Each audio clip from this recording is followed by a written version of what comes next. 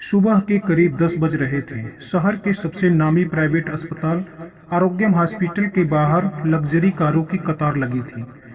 Entrance पर AC की ठंडी हवा बह रही थी और रिसेप्शन के अंदर चमकते फर्श, नीली यूनिफॉर्म पहने स्टाफ और एक झूठी मुस्कुराहट फैली हुई थी।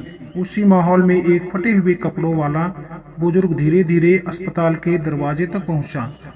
उम्र करीब तकरीबन 78 साल थी। धूल से भरी हुई चप्पलें, चेहरा थका हुआ, आंखों में गहराई और होठों पर तेजी, खांसी। कंधे पर एक पुराना थैला था जिसमें दवाइयों की कुछ पुरानी पर्चियां और एक छोटा सा पानी का बोतल था। वो सीधे रिसेप्शन पर पहुंचा। कांपती आवाज में बोला, बेटा, बहुत तबीयत खराब है, सीने में दर्द है, सांस नहीं ले पा रहा, डॉक्टर से मिलना है। रिसेप्शन पर बैठी लड़की ने उसे एक बार ऊपर से नीचे देखा, फिर कुर्सी पर पीछे झुकते हुए नाक सिकोड़ते हुए कहा, पहले ओपीडी स्लिप बनवाइए, 500 की फीस जमा कीजिए, तभी डॉक्टर देखेंगे। बुजुर्ग ने जेब से एक सिकुड़ा हुआ 100 रुपए का नोट निकालते हुए कहा, बेटा, कुछ पैसे कम हैं, लेकिन अंदर जाकर डॉक्टर से तो मिलवा दो। माफ कीजिए, यह अस्पताल है, कोई सरकारी डिस्पेंसरी नहीं। लड़की ने टेबल पर उंगलियां चबाते हुए कहा, पहले पेमेंट कीजिए, फिर इलाज। बुजुर्ग ने कांपते हुए पानी की बोतल निकाली, एक घूंट पिया और खांसते हुए बोला, मैं बहुत दूर से आया हूँ। तभी रिसेप्शन से कुछ दूरी पर एक युवा डॉक्टर लगभग 32 वर्ष वहां से गुजरते हुए रुका। वह सफेद कोट में था, चेहरे पर घमंड और आवाज में तीखापन। क्यों शोर मचा रहा है बाबा? यह कोई चैरिटी क्लिनिक नहीं, भागो यहाँ से, सिक्योरिटी को बुलाऊं? बुजुर्ग ने कुछ कहने की कोशिश की, लेकिन खांसी ने बात रोक दी। चलो बाहर, वरना खुद उठाकर फेंक दूंगा, डॉक्टर चिल्लाया। 2 सिक्योरिटी गार्ड आगे बढ़े। एक ने बुजुर्ग के कंधे को पकड़कर बाहर की ओर ढकेल दिया। वो लड़खड़ाकर गिर गया, उसका थैला नीचे गिरा, पर्चियां और एक तस्वीर जमीन पर बिखर गई। कोई आगे नहीं आया, किसी की नजर नहीं झुकी। लोग अपने मोबाइल में बिजी थे और स्टाफ ने मुंह मोड़ लिया। बुजुर्ग जमीन से उठा, चुपचाप अपनी चीजें समेटी, पानी की बोतल को सीधा किया और पैरों से खिंचता हुआ थैला कंधे पर डालकर हॉस्पिटल के गेट से बाहर निकल गया।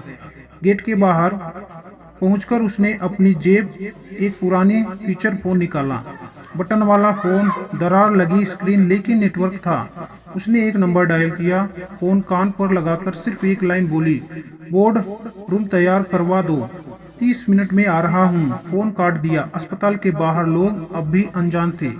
अंदर डॉक्टर उसी एंथन के साथ चलता रहा, पर बाहर कुछ ऐसा शुरू हो चुका था जो अस्पताल की नींव हिलाने वाला था। 30 मिनट बाद आरोग्यम हॉस्पिटल के बाहर अचानक हलचल बढ़ने लगी। 3 काली मर्सिडीज और एक BMW कार हॉस्पिटल के मेन गेट पर रुकी। अंदर बैठे लोग उतरते ही सिक्योरिटी गार्ड्स ने सीधा सलाम ठोका। लोग चौके, स्टाफ दौड़ा। रिसेप्शन के पास खड़ी वही लड़की अब हड़बड़ा गई। डॉक्टर, जिसने अभी कुछ देर पहले गुस्से में चिल्लाया था, वही अब चुपचाप खड़ा था। गाड़ियों में से उतरे कुछ नामी चेहरे, बिजनेस टकून, अस्पताल ट्रस्ट के चेयरमैन, कुछ नामी उद्योगपति और उनके बीच में वही बुजुर्ग व्यक्ति। अब वह बुजुर्ग नहीं लग रहा था, बल्कि वक्त से निकले हुए एक शांत तूफान की तरह दिख रहे थे। उनके पुराने कपड़े वही थे, जूते अब भी धूल से सने थे, लेकिन उनके साथ चल रही गरिमा ने सबकी नजरें झुका दी। रिसेप्शन पर अफरा तफरी मच गई। सर, कौन है यह? इतना बड़ा स्वागत, यह तो मालिक जैसे। फिर किसी ने धीरे से कहा, अरे यह तो मिस्टर राघव नारायण है, वो जो हमारी चेन के मुख्य शेयर होल्डर हैं, जो कभी सामने नहीं आते। हाँ, राघव नारायण, अस्पताल की पूरी चेन के 42% शेयर के मालिक, एक अरबपति जो सादगी में जीते हैं, जिन्होंने कभी नाम के पीछे शोहरत नहीं छोड़ी, पर हर नीति के पीछे वही रहते हैं। राघव जी सीधे रिसेप्शन काउंटर पर पहुंचे, बिना गुस्से के, बिना आवाज उठाए।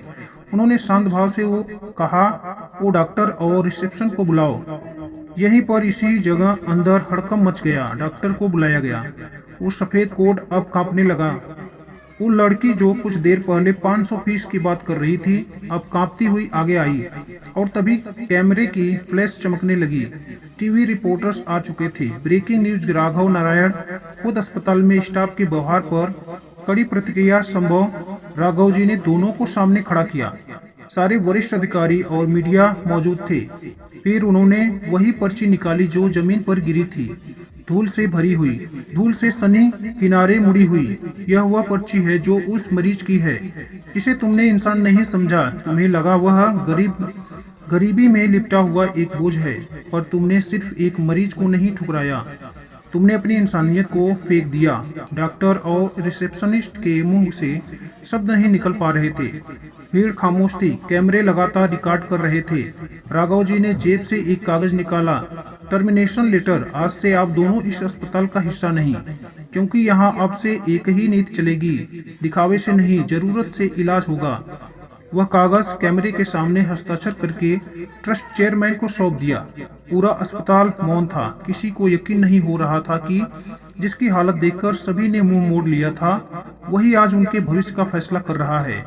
और राघव नारायण बस इतना कहकर मुड़े, मैं चला जाऊंगा, पर जो लोग अब आएंगे उनसे पहले उनका पर्स नहीं, उनकी तकलीफ देखना सीखो।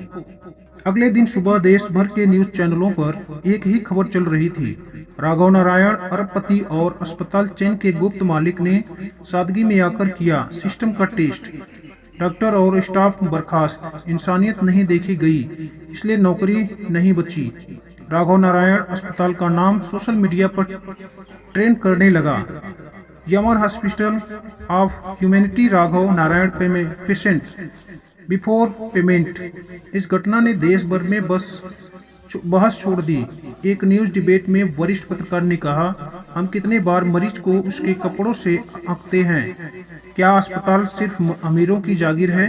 एक डॉक्टर ने जवाब दिया, मशीनें लाखों की हो, लेकिन अगर उनमें चलाने वालों का दिल गरीब है तो इलाज सिर्फ दिखावा है। उधर हॉस्पिटल की शाखाओं में नया बदलाव शुरू हो चुका था। राघव नारायण ने नई घोषणा जारी की। अब हर हॉस्पिटल में एक सम्मान केंद्र बनाया जाएगा, जहां बुजुर्गों, असहायों और इमरजेंसी मरीजों की प्राथमिकता दी जाएगी। बिना पैसे पूछे हर अस्पताल में पोस्टर लगाए गए, यहाँ इलाज पहले फीस बाद में, क्योंकि दर्द का धर्म और गरीबी का गुनाह हमारे सिस्टम में नहीं होता। उधर वहीं डॉक्टर जो चिल्ला रहा था अब अकेले बैठा था। उसने किसी पत्रकार से कहा, मुझे लगा था मैं डॉक्टर हूँ, सब कुछ जानता हूँ, पर आज समझा डॉक्टर वही है जो दर्द पड़े रिपोर्ट नहीं। मैंने पद तो पाया था मगर खो दिया। एक सप्ताह बाद राघव नारायण फिर से उसी अस्पताल में आए। इस बार सादगी में नहीं बल्कि सम्मान के साथ। हर स्टाफ लाइन में खड़ा था। कोई फोटो नहीं, कोई प्रचार नहीं, सिर्फ एक समारोह। वो स्टेज पर नहीं चढ़े बल्कि एक बेंच पर बैठकर बोले, मशीनें कभी अस्पताल की आत्मा नहीं बनती। असल संपत्ति वह कर्मचारी है जो दिल से मरीज को देखते हैं। उसी दिन एक नौजवान रिसेप्शनिस्ट ने एक बुजुर्ग महिला को देखा जो कांपते हाथों से पर्ची दिखा रही थी।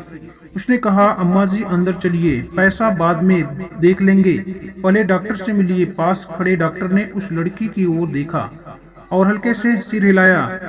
बदलाव अब शब्दों में नहीं, कर्मों में नजर आने लगा।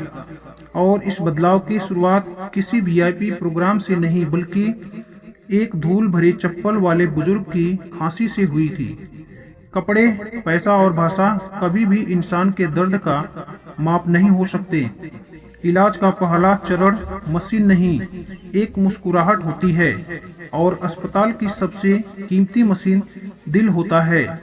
दोस्तों, यदि कहानी अच्छी लगे तो हमारे चैनल को लाइक, सब्सक्राइब और अपने मित्रों के साथ जरूर शेयर करें।